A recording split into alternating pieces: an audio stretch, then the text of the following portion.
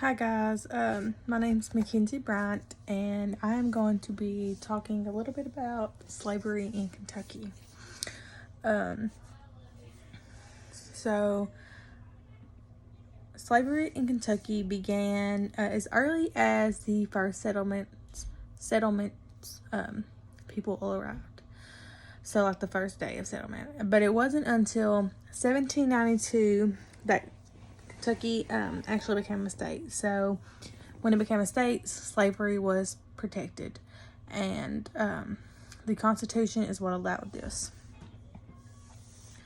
The slavery population between 1792 and 1830, the slavery population grew much faster than the white population, and it increased a lot more.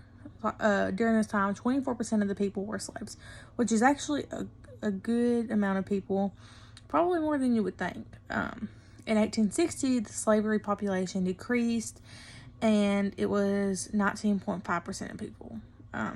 There was around 225,483 slaves reported at this time, which is a tremendous amount. I don't know exactly if that was just in Kentucky or if that was like worldwide, but either way, that is still a tremendous amount. The average slave owner owned at least 5 slaves during this time, and there was only about 5 people who owned around 100 slaves.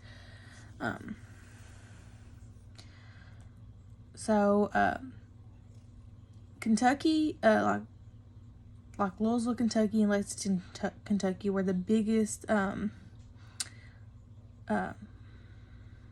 cities that enslaved the most people in Kentucky. This was like the Bluegrass region, and this is like where the Jackson Purchase, like around in there, happened. Some of the major slave owners were like Kentucky Governor John Adair, the frontiersman Daniel Boone. I'm sure you all have heard of him. Frontiersman Richard Callaway, Charles Carroll. He signed the Declaration of Independence. Kentucky State Senator William Grayson Carter.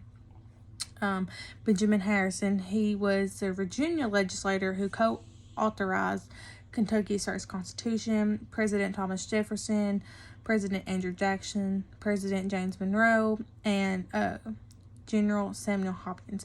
Now, all of these may have not come from Kentucky, but Kentucky is like honors these names today, and we hear a lot about them in history class, and there's a lot of places that are named after some of these people. So they are a major deal in history, and I'm sure you, like I said, hear a lot about them. Here are some pictures. If I can get my camera turned around. So here is James Monroe, and here is Andrew Jackson. And then on this one, I'm going to be showing Thomas Jefferson, General Samuel Hopkins, Benjamin Harrison, and Senator William Grayson Carter.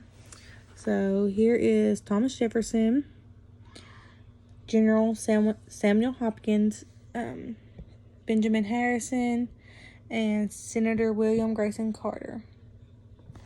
Now, this isn't all the people that I've talked about, but it's just pictures of some. Some of the laws that Kentucky had was in 1833, Kentucky passed a non-importation law, and this denied individuals from bringing slaves into the state for the purpose of selling them. But then in 1849, this law was overturned. And then Kentucky was more lenient with their laws. Like a lot of states and a lot of places had laws like you could not teach slaves how to read or write. You can like free their slaves, or you can never force freed people to leave the state. Well, Kentucky actually didn't really have these laws. Like they didn't really care about these laws.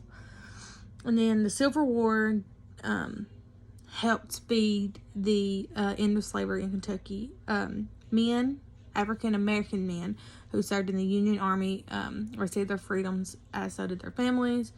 But slavery only really ended when the 13th Amendment to the U.S. Constitution was signed. Yep, and that's all.